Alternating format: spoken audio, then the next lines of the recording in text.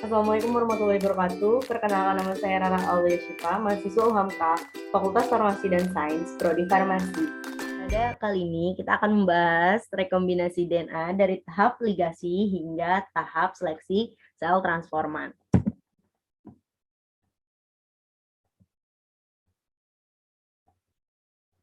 Pada minggu sebelumnya, kita sudah mendapatkan materi terkait bagian dari pertama rekombinasi DNA. Untuk pembahasan kali ini, saya akan membahas lagi, mereview dari materi yang sudah diberikan sebelumnya. Kemudian dilanjutkan dengan tahap rekombinasi DNA hingga selesai. Pada bahasan sebelumnya, kita sudah belajar mengenai macam-macam rekombinasi DNA, manfaat rekombinasi DNA artifisial, isolasi DNA total, perbanyakan gen, dan restriksi.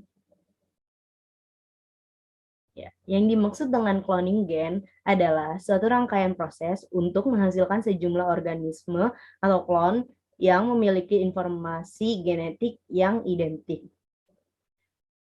Ada berbagai macam tahapan. Yang pertama adalah tahap isolasi genom, perbanyakan DNA target, restriksi, ligasi, transformasi, dan seleksi transforman. Pada minggu sebelumnya, kita sudah mempelajari dari tahap isolasi genom hingga tahap restriksi. Dan sekarang, pada hari ini, kita akan melanjutkan dari tahap ligasi hingga selesai.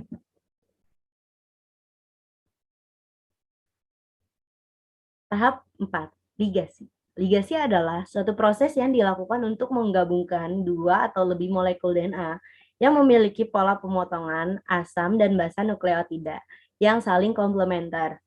Enzim yang digunakan ialah enzim DNA ligase.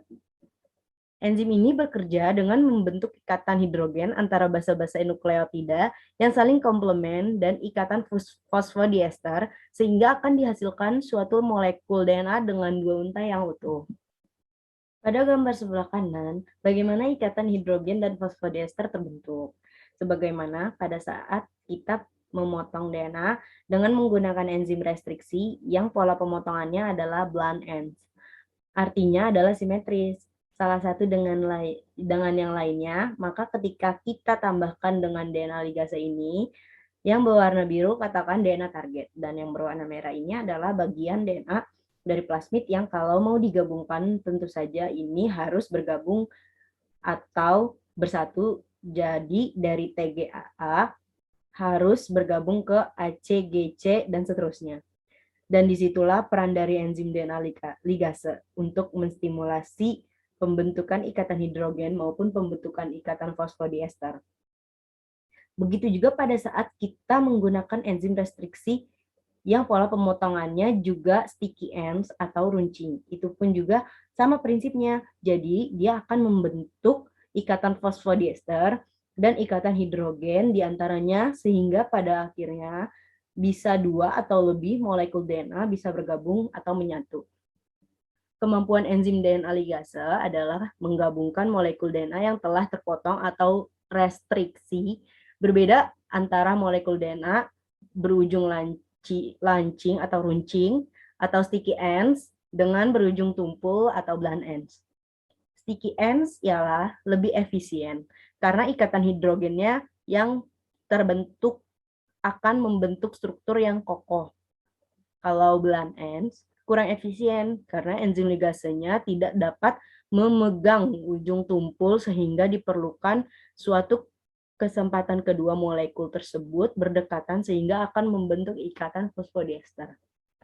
Oleh karena itu, dibutuhkan molekul DNA yang lebih besar konsentrasinya pada ujung tumpul. Kemudian setelah proses ligasi selesai, pada akhirnya kita mendapatkan produk ligasi di mana DNA target bergabung dengan plasmid. Tahapan berikutnya kita melakukan transformasi, yaitu proses introduksi atau pemaparan molekul DNA kepada sel inang yang dapat terpadu secara alamiah. Sel inang yang biasa digunakan bakteri, nah bakterinya ini kita akan kembang biakan sehingga dia mereproduksi yang tadinya sedikit menjadi banyak. Pada cloning transformasi dilakukan untuk memasukkan molekul DNA rekombinan ke dalam sel inang atau artificial transformation. Tujuannya kembali kepada tujuan cloning di part pertama. Hasil akhir sel-sel prokariot atau eukariot yang memiliki informasi genetik yang sama atau klon.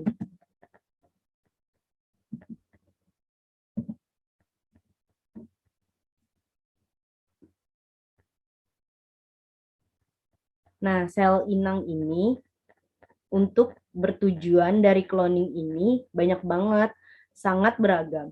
Kita bisa pakai prokariot berupa bakteri atau kita bisa pakai eukariot seperti yeast. Baik eukariot maupun prokariot, keduanya itu harus dijadikan sel yang kompeten. Artinya, sel yang siap disisipi dengan produk ligasi. Jadi sebelum kita melakukan proses transformasi, kita harus mempersiapkan sel inangnya itu menjadi sel yang kompeten. Nah, biasanya untuk mempersiapkan sel inang itu ada sel yang kompeten, artinya sel yang siap dimasukkan dari produk ligasi tadi, maka biasanya dilakukan suatu metode yang biasanya digunakan dengan buffer CaCl2. Jadi dari kultur sel bakteri kalau kita mau pakai sel eukariot, jadi sel bakterinya di-spin sehingga nanti kita akan mendapatkan pelet bakterinya. Kemudian peletnya disuspend atau dilarutkan dengan penambahan CaCl2 dengan konsentrasi tertentu. Nah, setelah itu kita tambahkan gliserol supaya stabil dalam penyimpanan, kemudian dimasukkan ke dalam tube-tube kecil dan endingnya disimpan di suhu minus 80 derajat. Dan ini yang siap digunakan sel inang untuk digunakan proses transformasi. Mengapa digunakannya buffer CaCl2 itu? Karena dapat menyebabkan membran sel lebih fleksibel dan DNA rekombinan akan terkumpul di area membran sel, sehingga DNA rekombinan dapat masuk ke dalam sel dengan mudah. Jadi, kalau sel E. coli yang belum dibuat menjadi sel yang kompeten, maka membran sel tidak akan fleksibel sehingga akan susah untuk masuk ke produknya. Ya kan? Tetapi kalau kita mempersiapkan E. coli supaya menjadi sel yang kompeten, maka membran sel yang itu akan lebih fleksibel sehingga pada saat kita mau memasukkan produk ligasi ke dalam E. coli selama proses transformasi itu akan lebih mudah.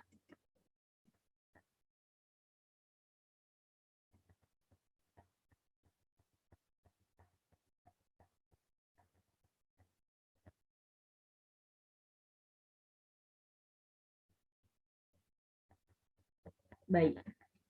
Untuk melakukan tahap proses transformasi itu bisa dilakukan dengan dua macam tahap. Bisa pakai heat shock atau kejut panas, atau bisa menggunakan alat elektroporasi atau kejut listrik.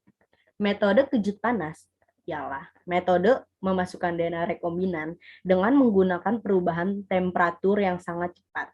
Metode kejut listrik metode memasukkan DNA rekombinan dengan menggunakan arus listrik. Pada saat kita menggunakan heat shock, sel inang yang sudah kompeten dimasukkan ke dalam water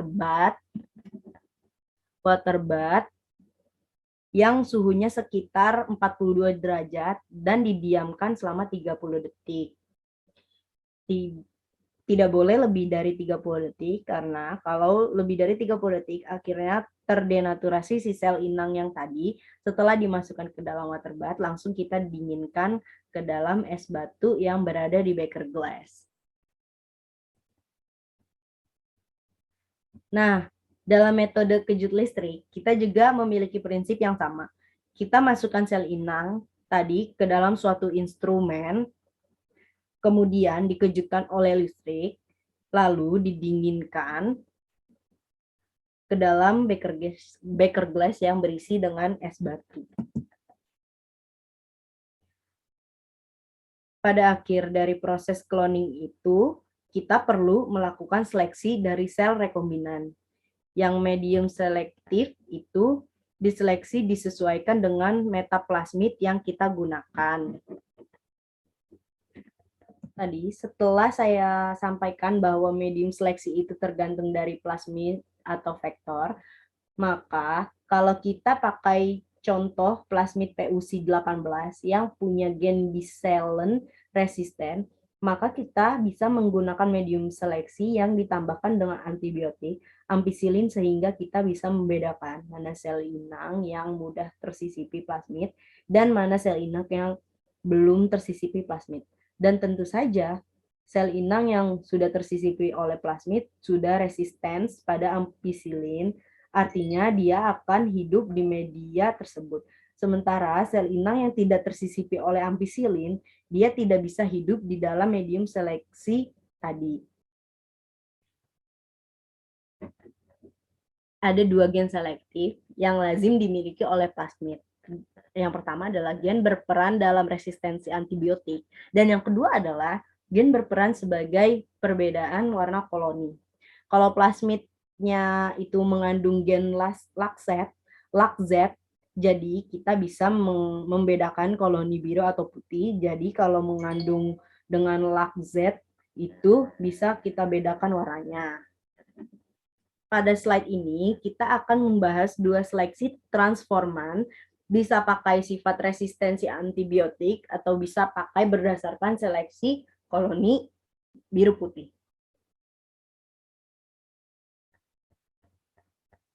Seleksi antibiotik hanyalah sel yang membawa plasmid atau plasmid rekombinan yang akan tumbuh pada medium yang mengandung antibiotik. Gen APR akan meresistensi enzim yang akan mendegradasi ampicillin.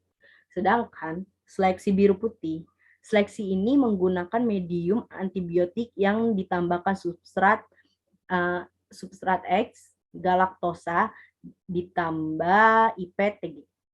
Biru tidak dapat mendegradasi substrat atau plasmid tanpa DNA target sama dengan non-rekombinan. Putih dapat mendegradasi substrat plasmid dengan DNA target atau bisa disebut juga rekombinan. Baik, segitu saja dari saya. Kurang lebihnya mohon maaf. Wassalamualaikum warahmatullahi wabarakatuh.